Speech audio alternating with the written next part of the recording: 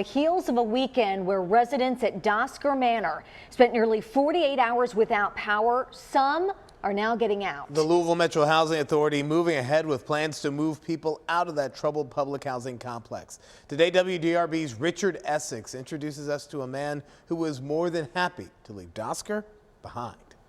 Donald Nevis and his wife lived at Dosker Manor for 3 years, which was more than enough time. When they were given the chance to move, they jumped at it. Because this place is like heaven, you know, it's a lot cleaner. Over the weekend, residents in Building C were without electricity. A water line failed and water line seeped into the electrical panel, taking out the lights, air conditioning, and elevators. A history of poor maintenance led to a Metro Council investigation, along with allegations that LMHA was the city's worst slumlord. Nevis lived through the dark days of Dosker Manor, and he is thrilled to leave it behind.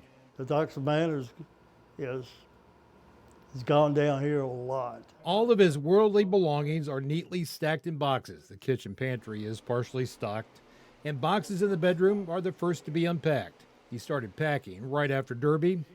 The past couple of weeks have been a waiting game and an endless stream of paperwork. You got to give them time. The Housing Authority told me recently they have 100 apartments open and ready for Dosker residents. You know there is nothing easy about moving and finding a new place. It's based on the resident. The resident has to find where they want to go. It's through surveys. It's if they qualify with their voucher and actually where they want to go. So, I mean, today we could move one person. Tomorrow we could move 6. It just depends. It's a day-by-day case. More than 500 people call Dosker Manor home. Of course, that number is getting smaller every day. The Housing Authority is moving people from Building A first.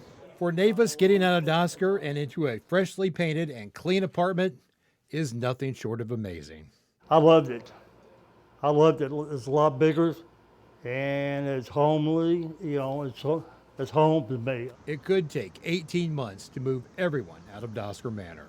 With photojournalist Josh Horton, Richard Essex, WDRB News.